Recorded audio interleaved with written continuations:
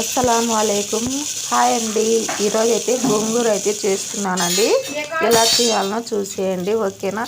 ఇప్పుడు వచ్చేసి ఫస్ట్ మనము ఒక గిన్నె అయితే పెట్టుకోవాలండి. గిన్నె పెట్టుకొని అందులో ఆయిల్ వేసుకోవాలండి. ఆయిల్ హీట్ అయిన తర్వాత ఆనియన్స్ వేసుకొని ఆనియన్స్ కొంచెం మగ్గిన తర్వాత కరివేపాకు అలాగే టమాటా ముక్కలు అయితే వేసానండి. ఆ తర్వాత చిన్న చిన్నగా పచ్చిమిర్చి అయితే తుంచి వేస్తున్నాము చూడండి.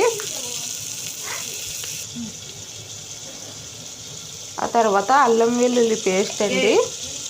అల్లం వెల్లుల్లి పేస్ట్ వచ్చేసి మనకు ఫ్రెష్ది తీసుకుంటే చాలా బాగా వస్తుందండి వంట అనేది.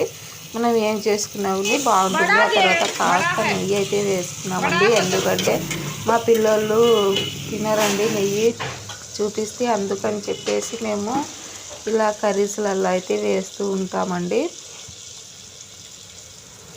ఇంకా తర్వాత ఇవి పచ్చిమిర్చి గురించి బాగా మగ్గి అల్లం వెల్లుల్లి పేస్టు పచ్చి వాసన పోయిన తర్వాత ఇంకా గోంగూర అయితే వేస్తున్నాం చూడండి.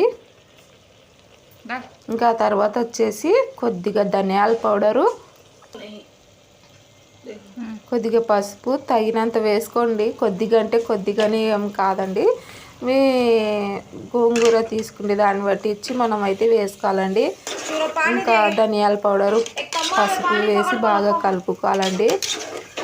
బాగా కలుపుకొని కాసేపు మగ్గనిచ్చి కొన్ని వాటర్ వేసుకొని ఇంకా మనము బాగా మగ్గిన తర్వాత ఇంకా రాముకుంటే మనకు కమ్మనైన గోంగూర అయితే రెడీ అండి. ఈ గోంగూర వచ్చేసి మనకు బిర్యానీ అలాగే కలర్ రైస్ పలావు ఇట్లా మనము చాలా బాగుంటుందండి. గోంగూర అయితే చూడండి ఎంత కమ్మగా వచ్చేసిందో, ఓకేనా. వీడియో నచ్చితే లైక్ చేయండి.